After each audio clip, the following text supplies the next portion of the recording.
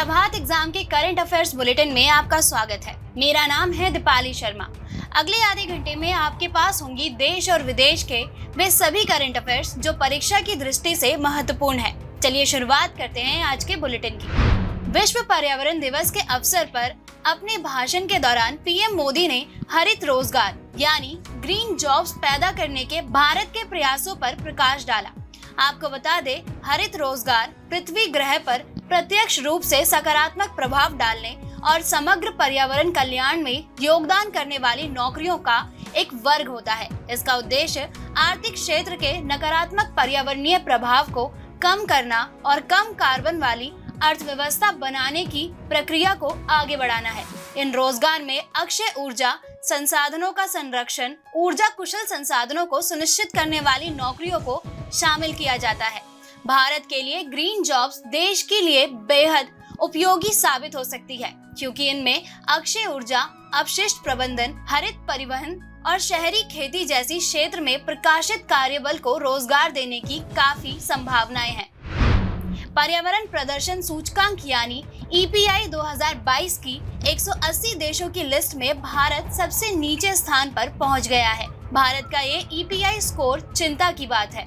हर 2 साल में आने वाले पर्यावरण प्रदर्शन सूचकांक की 11 श्रेणियों के 40 मानकों में भारत की रैंकिंग 180 रही है। EPI की ये लिस्ट वर्ल्ड इकोनॉमिक फोरम यानी WEF, Yale centre for environment law and policy और Columbia University centre international earth science information network मिलकर तैयार करते हैं। आपको बता दें, EPI हर देश को उसके द्वारा पर्यावरण के क्षेत्र में किए गए प्रयासों के आधार पर रैंक देता है। यह रैंक 3 मुद्दों पर आधारित होती है, जिसमें पारिस्थितिकी तंत्र, जीवन शक्ति, स्वास्थ्य और जलवायु को लेकर देश द्वारा पॉलिसी शामिल होती है। इन सभी के आधार पर रैंक निर्धारित किए जाते हैं। इस लिस्ट में डेनमार्क ने पहली रैंक हासिल की है। इसके साथ ही डेनमार्क को सबसे स्थिर देश के रूप में पहचान मिली है।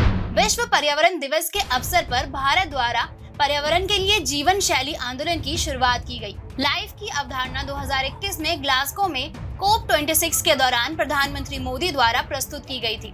यह विचार एक पर्यावरण जागरूक जीवन शैली को बढ़ावा देता है, जो कि नासमझ और विनाशकारी खपत के बदले सचेत और सोच समझकर उपाय करने पर केंद्रित है। यह विचार एक पर्यावरण जागरूक जीवन शैली को बढ़ावा देता है, जो कि नासमझ और विनाशकारी खपत के बदले सचेत और सोच समझकर उपयोग करने पर केंद्रित है। लाइफ आंदोलन का उद्देश्य सामूहिक शक्ति पर उपयोग करना और पूरी दुनिया में लोगों को अपने दैनिक जीवन में जलवायु अनुकूल सरल व्यवहार अपनाने के लिए प्रेरित करना है। यह मिशन लोगों के लिए एक वैश्विक नेटवर्क अर्थात प्रो प्लैनेट पीपल यानी P3 का निर्माण करने और उसे पोषित करने की योजना बना रहा है। P3 के पास पर्यावरण अनुकूल जीवन शैली अपनाने और बढ़ावा देने के लिए एक साझा प्रतिबद्धता होगी। इस साल द गार्जियन द्वारा शुरू की गई एक खोजी परियोजना के बाद कार्बन बम शब्द का प्रचलित होने लगा है। इस प्रोजेक्ट में दुनिया भर के देशों और निजी कंपनियों के 195 कार्बन बम परियोजनाओं में शामिल होने संबंधी योजनाओं की जानकारी दी गई है। आपको बता दें, कार्बन बम एक तेल या गैस परियोजना होती है, जिसके परिणाम स्वरूप परियोजना के जीवन काल में कम से कम 1 अरब टन CO2 उत्सर्जन होगा। कुल मिलाकर अमेरिका, रूस, पश्चिम एशिया, ऑस्ट्रेलिया और भारत सहित दुनिया भर के लगभग 195 ऐसी परियोजनाओं की पहचान की गई है। रिपोर्ट्स के अनुसार ये परियोजनाएं सामूहिक रूप से 2015 के पेरिस समझौते में सहमत उत्सर्जन सीमा को पार कर लेंगी। कार्बन बमों को डिफ्यूज करने संबंधी लक्ष्य की दिशा में काम करने वाले नेटवर्क को live it in the ground initiative यानी LINGO कहा जाता है। इस पहल का मिशन जीवश्याम ईंधन को जमीन में रहने देने और इसके बगैर जीना सिखाना है। इस नेटवर्क का मानना है कि जलवायु परिवर्तन की जड़ जीवश्याम ईंधन का दहन है और नवीनकरणीय ऊर्जा स्रोतों का 100% उपयोग ही इसका समाधान है। LINGO का उद्देश्य ऐसी परियोजनाओं का विरोध करने के लिए जमीनी समर्थन जुटाना, मुकदमेबाजी के माध्यम से उन्हें चुनौती देना और इसके लिए विश्लेषण और अध्ययन करना है। भारत बांग्लादेश के बीच 5 जून से 16 जून 2022 तक बांग्लादेश के जसोर सैन्य स्टेशन पर एक संयुक्त सैन्य परीक्षण अभ्यास पुरुष संप्रीति एक्स का आयोजन किया जा रहा है। आपको बता दें, अभ्यास संप्रीति दोनों देशों द्वारा बारी बारी से आयोजित किए जाने वाला एक महत्वपूर्ण द्विपक्षीय रक्षा सहयोग है, जो दोनों देशों की सेनाओं के बीच अंतर संचालन और सहयोग को मजबूती प्रदान करने तथा इसे और अधिक व्यापक बनाने पर केंद्रित है। इसका उद्देश्य दोनों सेनाओं के बीच अंतर संचालन को मजबूत करना और एक दूसरे के सामरिक अभ्यास एवं परिचालन तकनीकों को समझना है। इस अभ्यास में भारतीय दल का प्रतिनिधित्व डोगरा रेजिमेंट की एक बटालियन द्वारा किया जा रहा है। अभ्यास संप्रीति दोनों देशों द्वारा बारी बारी से आयोजित किए जाने वाला एक महत्वपूर्ण द्विपक्षीय रक्षा सहयोग है, जो दोनों देशों की सेनाओं के बीच अंतर संचालन एवं सहयोग को मजबूती प्रदान करने तथा इसे और अधिक व्यापक बनाने पर केंद्रित है। वहीं अन्य देशों के साथ भारत के सैन्य अभ्यास कुछ इस तरह है: Garuda Shakti Indonesia, Ekuverin Maldives, hand in hand चीन, Kurukshetra Singapore, Mitra Shakti Sri Lanka, nomadic elephant Mongolia, Maitree Thailand, व्रज Prahar America, Yuddh Prayas America, Shakti France, Dharma guardian Japan, Surya Kiran Nepal, SIMBEX Singapore, लामीते सेसलेस। 16 देशों के सैन्य टुकड़ियों की भागीदारी वाली एक बहुराष्ट्रीय शक्ति अभ्यास एक्स खान क्वेस्ट 2022 मंगोलिया में शुरू हुई है। भारतीय सेना का प्रतिनिधित्व लद्दाख स्काउट्स के एक दल द्वारा किया गया है। नोमैडिक एलिफेंट अन्य सैन्य अभ्यास है जो दोनों देशों के बीच आयोजित किया जाता है। खान क्वेस्ट 2022 मंगोलिया में आयोजित एक बहुराष्ट्रीय शक्ति अभियान है। इसमें मंगोलियाई सशस्त्र बलों के 5 हिल्स पर्वतीय परीक्षण क्षेत्र में एक संयुक्त राष्ट्र शक्ति मिशन कमांड पोस्ट अभ्यास और संयुक्त राष्ट्र शक्ति स्थापना अभियान यानी PKO मिशन फील्ड परीक्षण अभ्यास शामिल है। इस अभ्यास को शांति स्थापना क्षमताओं में सुधार, सैन्य संबंधों को मजबूत करने और सभी प्रतिभागियों की संयुक्त राष्ट्र सिद्धांत PKO दक्षताओं को बढ़ाने के लिए डिजाइन किया गया है।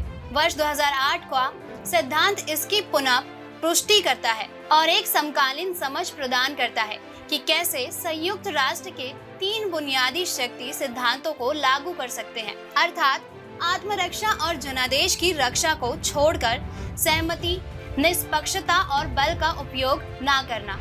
हाल ही में नागरिक उड्डयन मंत्रालय ने राष्ट्रीय वायु खेल नीति 2022 यानी NASP 2022 लॉन्च की है। यह नीति निर्माताओं, एयर स्पोर्टर्स, प्रैक्टिसर्स और बड़े पैमाने पर जनता से प्राप्त इनपुट के आधार पर तैयार की गई है।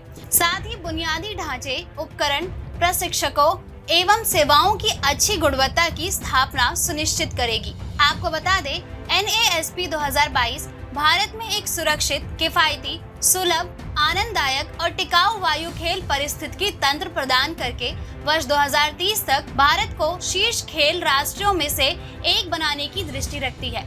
इसका उद्देश्य देश में वायु खेल संस्कृति को बढ़ावा देना है। साथ ही वायु खेल के बुनियादी ढांचे, उपकरण, संचालन, रखरखाव और प्रशिक्षण सहित सुरक्षा में अंतर्राष्ट्रीय अच्छी प्रथाओं को अपनाने में सक्षम बनाना है। इसके साथ ही सरल, हितधारक, अनुकूल और प्रभावी शासन संरचना विकसित करना भी इसके उद्देश्यों में शामिल है। भारतीय महिला क्रिकेट की रीढ़ कही जाने वाली मिताली राज ने 8 जून 2022 को अंतर्राष्ट्रीय क्रिकेट से संन्यास ले लिया है। 1999 को अपना पहला अंतर्राष्ट्रीय मैच खेलने वाली मिताली ने अपने 23 साल के करियर में कई महत्वपूर्ण उपलब्धियां हासिल की। 3 फॉर्मेट में भारतीय टीम की कमान संभाल चुकी मिताली का नाम महिला क्रिकेट में सर्वाधिक 10,868 रन है। वह रिकॉर्ड 6 विश्व कप खेलने वाली पहली महिला क्रिकेटर है। मिताली 201 दिवसीय मैच खेलने वाली भी इकलौती महिला क्रिकेट खिलाड़ी हैं तथा उन्होंने अपने करियर में 12 टेस्ट मैच, 232 एक दिवसीय मैच और 89 T20 में टीम इंडिया का प्रतिनिधित्व किया।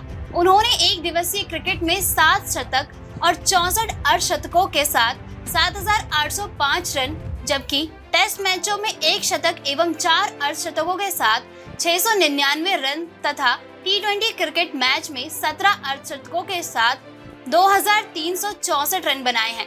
हालांकि महिला क्रिकेट की सचिन तेंदुलकर कही जाने वाली मिताली राज का वर्ल्ड कप जीतने का सपना अधूरा रह गया है।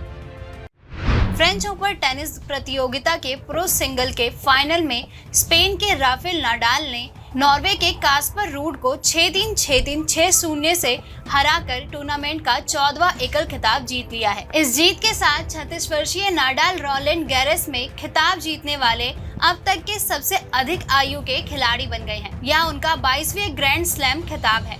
इसके साथ ही पेरिस में महिला सिंगल्स के फाइनल में विश्व की नंबर 1 खिलाड़ी पोलैंड की ईगा स्विएटेक ने अमेरिका की कोको ग्राफ को हराया। 21 वर्ष की ईगा ने ग्राफ को सीधे सेट में 6-1, 6-3 से हराकर अपना दूसरा ग्रैंड स्लैम जीता है। आपको बता दें, ग्राफ ने क्ले कोर्ट में अपना पहला फाइनल खेला था। केंद्रीय गृह मंत्री ने 4 जून 2022 को हरियाणा के पंचकुला में खेलो इंडिया यूथ गेम 2021 का शुभारंभ किया। वर्ष 2018 में केंद्र सरकार द्वारा शुरू की गई भारत में सबसे बड़ी राष्ट्रव्यापी जमीनी स्तर की खेल प्रतियोगिता खेलो इंडिया यूथ गेम का यह 4था संस्करण है। खेलो इंडिया यूथ गेम 2021 में पहली बार 5 पारंपरिक खेलों को शामिल किया गया है। इन खेलों में गतक, मलखम और योग जैसे खेल शामिल हैं।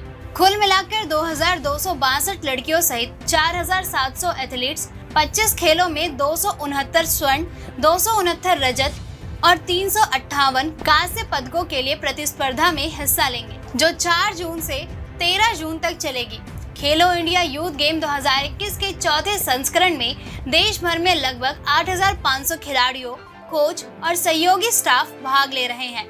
खेलो इंडिया योजना का उद्देश्य पूरे देश में खेलों को प्रोत्साहित कर बच्चों और युवाओं के समग्र विकास, सामुदायिक विकास, सामाजिक एकीकरण, लैंगिक समानता, स्वस्थ जीवन शैली, राष्ट्रीय गौरव एवं खेलों के विकास से जुड़े आर्थिक अवसरों के माध्यम से खेल के क्षेत्र में युवाओं की भागीदारी को बढ़ावा देना है।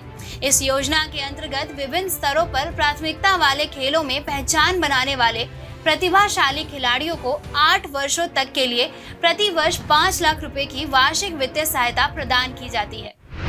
भारतीय राष्ट्रीय राजमार्ग प्राधिकरण NHAI ने रिकॉर्ड 105 घंटे 33 मिनट में 75 किलोमीटर लंबी बुटुमिनस कंक्रीट रोड का निर्माण कर गिनीज वर्ल्ड रिकॉर्ड में अपना नाम दर्ज कराया।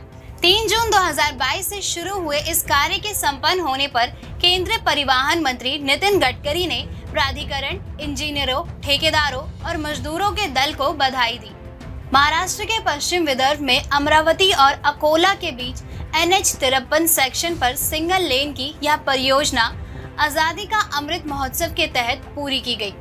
भारतीय राष्ट्रीय राजमार्ग प्राधिकरण का गठन भारतीय राष्ट्रीय राजमार्ग अधिनियम 1988 के तहत राष्ट्रीय राजमार्गों के विकास, अनुरक्षण और प्रबंधन को ध्यान में रखते हुए किया गया था। गिनीज वर्ल्ड रिकॉर्ड का आरंभ वर्ष 1958 में हुआ था। यह विश्व रिकॉर्ड वर्ष 1998 तक the Guinness book of record के नाम से जाना जाता था और इसके बाद इसका नाम the Guinness book of world record हो गया। यह एक तरह की रिकॉर्ड बुक है जिसे प्रतिवर्ष पुनः संपादित किया जाता है और नए नए रिकॉर्ड इसमें शामिल किए जाते हैं। इसके अंतर्गत मनुष्य द्वारा बनाया गया रिकॉर्ड और विभिन्न प्राकृतिक रिकॉर्ड को शामिल किया जाता है। यह बुक खुद भी एक विश्व रिकॉर्ड बना चुकी है। गृह मंत्री अमित शाह ने 7 जून 2022 को नई दिल्ली में राष्ट्रीय जनजातीय अनुसंधान संस्थान यानी NTRI का उद्घाटन किया। NTRI राष्ट्रीय स्तर का एक प्रमुख संस्थान है और शैक्षणिक, कार्यकारी और विधायी क्षेत्र में जनजातीय चिंताओं, मुद्दों और मामलों का मुख्य केंद्र बनेगा। यह प्रतिष्ठित अनुसंधान संस्थानों, विश्वविद्यालयों, संगठनों के साथ साथ शैक्षणिक निकायों और संसाधनों केंद्र के साथ सहयोग और नेटवर्क स्थापित करेगा। यह जनजातीय अनुसंधान संस्थानों यानी TRI, उत्कृष्ट केंद्रों यानी COE, NFS की शोध परियोजनाओं की निगरानी करेगा तथा अनुसंधान और परीक्षण की गुणवत्ता में सुधार के लिए मानदंड स्थापित करेगा। इसकी अन्य गतिविधियों में जनजातीय मामलों के मंत्रालय के साथ साथ राज्य कल्याण विभागों की नीतिगत सहयोग प्रदान करना, जनजातीय जीवन शैली के सामाजिक आर्थिक पहलुओं में सुधार या मदद हेतु अध्ययन और कार्यक्रमों को तैयार करना, PMAAGY के डेटाबेस का निर्माण व रखरखाव, जनजातीय संग्रहालयों की स्थापना तथा संचालन और भारत की समृद्ध जनजातीय सांस्कृतिक विरासत को प्रदर्शित करने के लिए दिशा निर्देश प्रदान करना शामिल है। साथ ही प्रधानमंत्री के नेतृत्व में जनजातीय मामलों के मंत्रालय की उपलब्धियों को प्रदर्शित करने वाली एक प्रदर्शनी लगाई जाएगी, जिसमें देश भर के 100 से अधिक आदिवासी कारीगर अपने उत्पादों और नृत्य कलाकार कला का प्रदर्शन करेंगे। केंद्रीय मंत्रिमंडल ने ऑस्ट्रेलिया भारत जल सुरक्षा पहल यानी AIWASI के लिए तकनीकी सहयोग पर भारत और ऑस्ट्रेलिया के बीच एक समझौता ज्ञापन को मंजूरी प्रदान की है। आपको बता दें, AIWASI विदेश मामलों और व्यापार विभाग ऑस्ट्रेलिया की दक्षिण एशिया जल सुरक्षा पहल के तहत एक परियोजना है। इसका उद्देश्य जल संवेदनशील शहर की दिशा में कार्य करना है, जो एकीकृत जल चक्र के समग्र प्रबंधन पर आधारित है। AIWASI भारत के जल प्रशासन को मजबूत करेगा और ऐसे क्षेत्रों में निवेश करेगा जो कई तरह की सेवाएं प्रदान करते हैं, जैसे शहरी जल सेवाएं, विश्वसनीय सुरक्षित पानी और स्वच्छ सेवाओं तक पहुंच स्थापित करने के लिए वंचित समुदायों को समर्थन। इस परियोजना के तहत जल संवेदनशील शहरी डिजाइन प्रदर्शन परियोजना शुरू की जाएगी।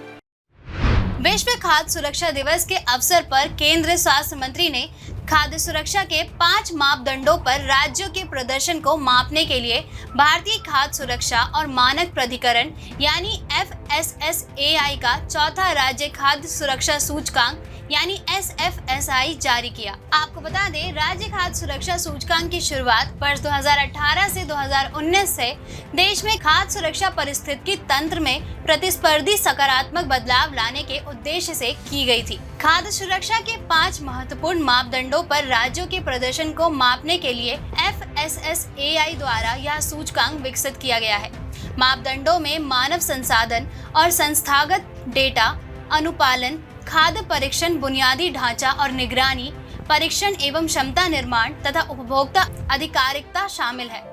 सूचकांक हमारे नागरिकों को सुरक्षित और पौष्टिक भोजन उपलब्ध कराने में मदद करता है। जारी की गई इस रिपोर्ट में गोवा पहले स्थान पर रहा, उसके बाद मणिपुर और सिक्किम का स्थान रहा है।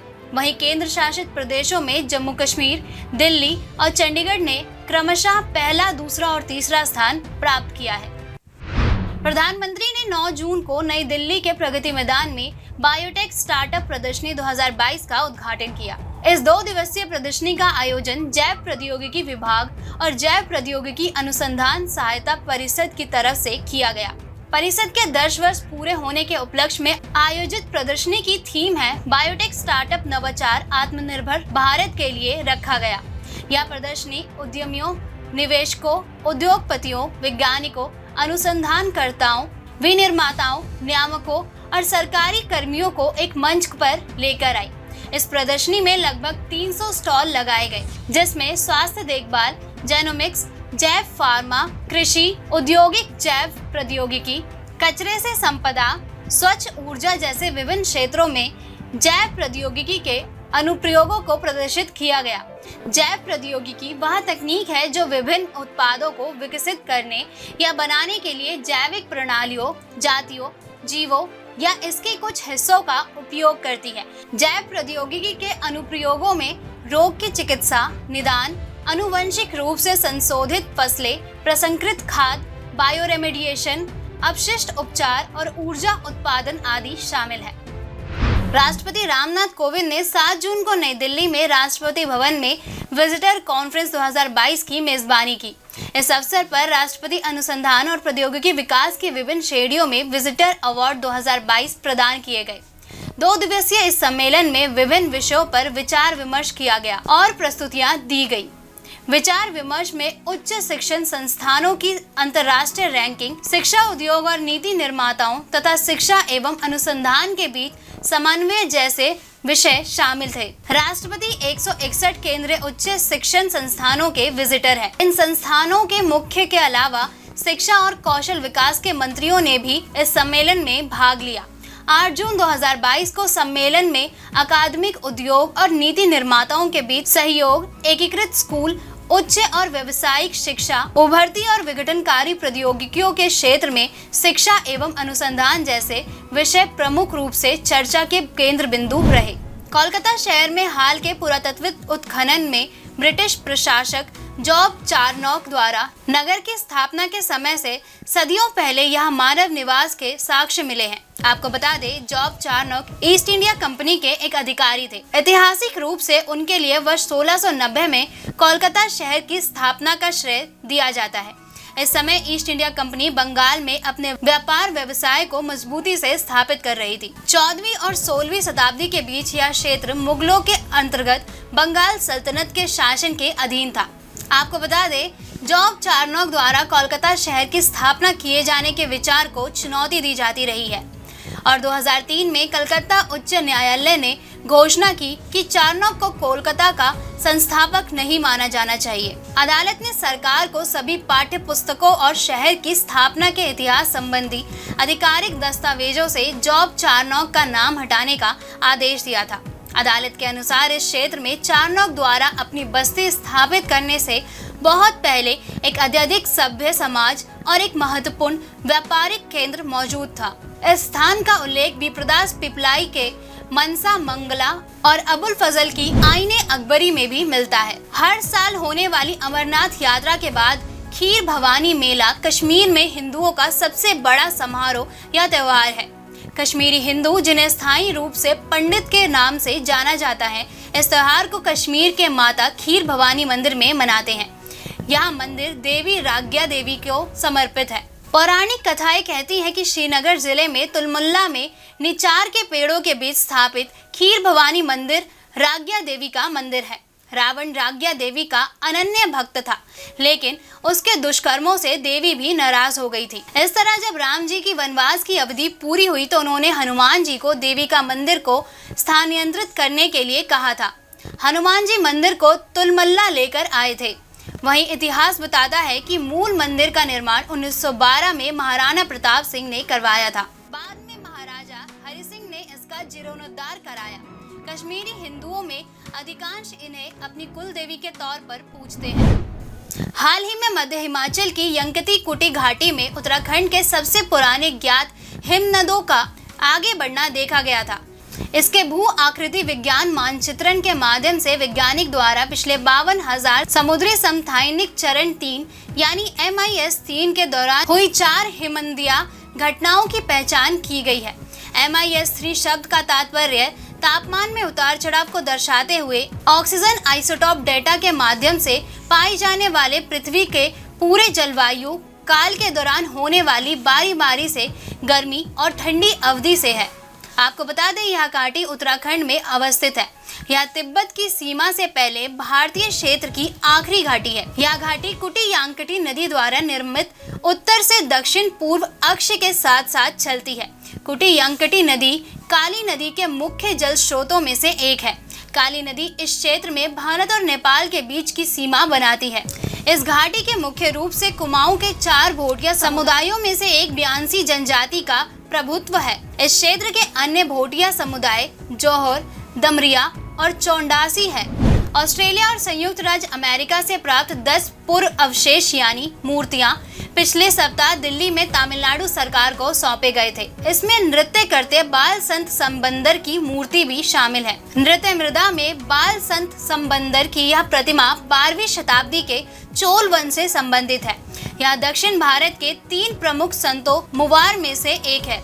उन्होंने जटिल छंदों में 16,000 भजनों की रचना की। आपको बता दें, संबंदर दक्षिण भारत में सक्रिय 63 नायनार संतों में से एक थे और एक अन्य शैव कवि संत अप्पार के समकालीन थे। इन संतों ने भक्ति कविता और गीतों के माध्यम से शिव की आराधना को लोकप्रिय बनाने में महत्वपूर्ण भूमिका निभाई थी।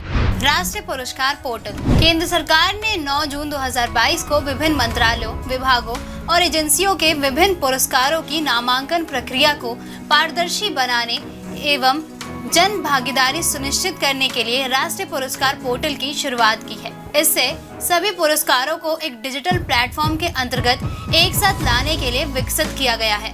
पोर्टल का उद्देश्य सरकार द्वारा स्थापित विभिन्न पुरस्कारों के लिए व्यक्तियों और संगठनों को नामांकित करने की सुविधा प्रदान करना है। गृह मंत्रालय ने एक वक्तव्य में कहा कि पद्म पुरस्कारों के नामांकन और स्तुति के लिए पोर्टल इस वर्ष 15 सितंबर तक खुला रहेगा। सरदार पोर्टल राष्ट्रीय एकता पुरस्कारों के लिए अगले महीने 31 तारीख तक नामांकन किया जा सकता है।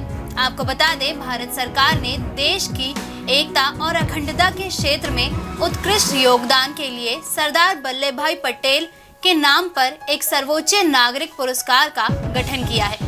यह पुरस्कार राष्ट्रीय एकता और अखंडता को प्रोत्साहन देने और मजबूत एवं अखंड भारत के मूल्यों को स्थापित करने के संबंध में प्रदान किया जाता है। बिरसा मुंडा। बिरसा मुंडा के निर्वाण दिवस पर केंद्रीय जनजातीय मामलों के मंत्री ने उलीहातू यानी उनकी जन्मभूमि में उनकी प्रतिमा का माल्यार्पण किया। केंद्रीय मंत्री ने बिरसा मुंडा की कर्मभूमि डोम्बारी बुरू में भी उनकी प्रतिमा पर पुष्पांजलि अर्पित की। यह स्थल बिरसा मुंडा के बलिदान की कर्मभूमि है। डोम्बारी बुरू यानी डोम्बारी पहाड़ी पर ही उन्होंने अपनी सेना एकत्रित की और अपने विशिष्ट युद्ध कौशल से अंग्रेजों के विरुद्ध क्रांति का आगाज किया। बिरसा मुंडा का जन्म वर्ष 1875 में हुआ था। वे मुंडा जनजाति के थे। बिरसा का मानना था कि उन्हें भगवान ने लोगों की भलाई और उनके दुख दूर करने के लिए भेजा है, इसलिए वह स्वयं को भगवान मानते थे। उन्हें अक्सर धरती आबा या जगत पिता के रूप में जाना जाता है। वर्ष 1899 से 1900 में बिरसा मुंडा के नेतृत्व में हुए मुंडा विद्रोह छोटा नागपुर के क्षेत्र में सर्वाधिक चर्चित विद्रोह था। इसे मुंडा उलगुलान भी कहा जाता है। इस विद्रोह की शुरुआत मुंडा जनजाति की पारंपरिक व्यवस्था खुटकटी की जमींदारी व्यवस्था में परिवर्तन के कारण हुई। इस विद्रोह में महिलाओं की भूमिका भी उल्लेखनीय रही। उन्होंने जनता को जागृत किया और जमींदारों एवं अंग्रेजों के खिलाफ विद्रोह किया। सूफी उत्सव। केंद्र शासित प्रदेश जम्मू कश्मीर में 9 जून 2022 को श्रीनगर के शेरे कश्मीर अंतर्राष्ट्रीय सम्मेलन केंद्र में सूफी उत्सव का आयोजन किया गया। पर्यटन विभाग द्वारा आयोजित इस उत्सव का उद्देश्य कश्मीरी घाटी के सूफी संत और ऋषियों के संदेशों का प्रचार प्रसार करना है। संस्कृति विभाग, वक्फ बोर्ड, खादी और ग्रामोद्योग बोर्ड, संग्रहालय और अभिलेखगार तथा उच्च शिक्षा विभाग के समन्वय से आयोजित इस उत्सव का उद्घाटन उपराज्यपाल के सलाहकार आर भटनागर ने किया। इस अवसर पर उन्होंने कहा कि सूफीवाद अपनी अंतर आत्मा को जानने समझने का एक माध्यम है। धार्मिक उदारता के संदर्भ में सूफी आंदोलन की महत्वपूर्ण भूमिका रही है, जिससे शासक वर्ग के दृष्टिकोण में भी परिवर्तन आया। सूफी आंदोलन ने भक्ति आंदोलन की तरह मुस्लिम समाज में सुधार का कार्य किया तथा नैतिक आचार पर बल दिया और अपने समाज में व्यापक मद्यपान, वैश्यवृत्ति जैसी बुराइयों के प्रति जागरूक करने का कार्य किया। भारत के प्रमुख सूफी संत कुतुबुद्दीन बख्तियार काकी, निजामुद्दीन औलिया और अमीर खुसरो आदि रहे हैं। यूएन प्रमुख ने प्रौद्योगिकी के लिए अमनदीप गिल को दूत के रूप में नियुक्त किया। संयुक्त राष्ट्र महासचिव एंटोनियो गुटेरेस ने वरिष्ठ भारतीय राजनयिक अमनदीप सिंह गिल को प्रौद्योगिकी के लिए अपना दूत नियुक्त किया है। संयुक्त राष्ट्र के महानिदेशक ने कहा कि गिल डिजिटल प्रौद्योगिकी पर एक विचारशील व्यक्ति हैं। Gill graduate institute of international and development studies Geneva में स्थित international digital health and artificial intelligence research collaborative यानी IDAIR प्रोजेक्ट के मुख्य कार्यकारी अधिकारी हैं। गुटेरेस ने नव नियुक्त तकनीकी राजदूत की सराहना करते हुए कहा, उनके पास डिजिटल प्रौद्योगिकी की गहन ज्ञान उपलब्ध है। इसके अलावा वे डिजिटल टेक्नोलॉजी के ठोस समझ रखते हैं। आपको बता दें कि गिल ने किंग्स कॉलेज लंदन से बहुपक्षीय मंचों में न्यूक्लियर लर्निंग में PhD की है। उन्होंने पंजाब विश्वविद्यालय चंडीगढ़ से इलेक्ट्रॉनिक्स और इलेक्ट्रॉनिक कम्युनिकेशन में बैचलर ऑफ टेक्नोलॉजी और जिनेवा विश्वविद्यालय से फ्रेंच इतिहास और भाषा में एक उत्तर डिप्लोमा प्राप्त किया है और वह अंग्रेजी और फ्रेंच में धारा प्रवाह है। बता दें कि अमनदीप सिंह गिल 2018 से 2019 तक डिजिटल सहयोग पर संयुक्त राष्ट्र महासचिव के उच्च स्तरीय पैनल के कार्यकारी निदेशक और सह प्रमुख थे। डिजिटल सहयोग पर उच्च स्तरीय पैनल की रिपोर्ट देने के अलावा गिल ने साल 2017 और साल 2018 में घातक स्वायत्त हथियार प्रणालियों में आर्टिफिशियल इंटेलिजेंस यानी AI को विनियमित करने के लिए उच्च प्रभाव वाली अंतर्राष्ट्रीय आम सहमति की सिफारिशों को सुरक्षित करने में मदद की। इसके अलावा यूनेस्को की अल नैतिकता सिफारिश का मसौदा तैयार किया। गिल स्टैनफोर्ड यूनिवर्सिटी में विजिटिंग स्कॉलर भी थे। वहाँ 1992 में भारत की राजनयिक सेवा में शामिल हुए। तेहरान और कोलंबो में पोस्टिंग के दौरान उन्होंने राजनीति, प्रौद्योगिकी व अंतर्राष्ट्रीय सुरक्षा मामलों में विभिन्न क्षमताओं में सेवा प्रदान की। वह स्टैनफोर्ड यूनिवर्सिटी में विजिटिंग स्कॉलर भी थे। वैश्विक सतत विकास रिपोर्ट 2022। हाल ही में वैश्विक सतत विकास रिपोर्ट 2022 जारी की गई। इस रिपोर्ट में 163 देशों में भारत 121वें स्थान पर है। यह वर्ष 2020 में 117वें और 2021 में 120वें स्थान पर था। इससे पहले फरवरी 2022 में प्रधानमंत्री ने ऊर्जा और संसाधन संस्थान TERI विश्व सतत विकास शिखर सम्मेलन को संबोधित किया था। आपको बता दें, यह सतत विकास लक्ष्यों को प्राप्त करने की दिशा में देश की प्रगति का एक वैश्विक मूल्यांकन है। यह सतत विकास समाधान नेटवर्क यानी SDSN में स्वतंत्र विशेषज्ञों के एक समूह द्वारा प्रकाशित की गई है।